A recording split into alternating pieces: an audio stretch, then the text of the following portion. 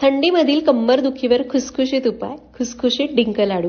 पण यामध्ये ना आपण गुळ वापरला ना साखर वापरली, त्यामुळे वजन वाढायचं टेन्शनच नाही हो. उलट तुम्ही डाएटवर असाल तर रोज एक लाडू खाल.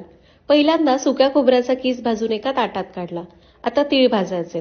तीळ भाजत आले की खसखस मेथीदाणे घालून 1 मिनिट भाजायचं, एका दुसऱ्या ताटात काढायचं.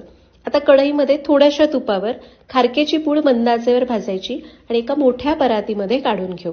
आता पुन्हा तूप घेतलंय, त्यामध्ये मुगाच्या डाळीचं पीठ मंद आचेवर खरपूस भाजायचं. मुगाच्या डाळीचं पीठ नसेल तर गव्हाचं पीठ वापरा. यालाही परातीत काढलं.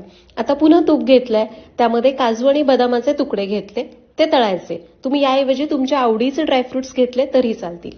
पुन्हा तूप घेतलंय, त्यामध्ये आता डिंक तळायचाय. डिंक एका वेळी खूप न तळता थोड्या थोड्या तुपामध्ये असा मंद आचेवर थोडा थोडा तळा, म्हणजे आतपर्यंत तळला जातो आणि दाताला इजा होत नाही.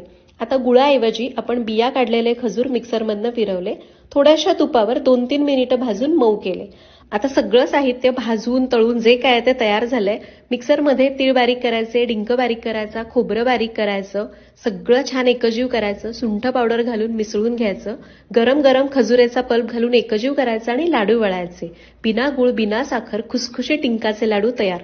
थंडीमध्ये रोज एक लाडू खा आणि वजन न वाढवता मस्त दणदणीत राहा.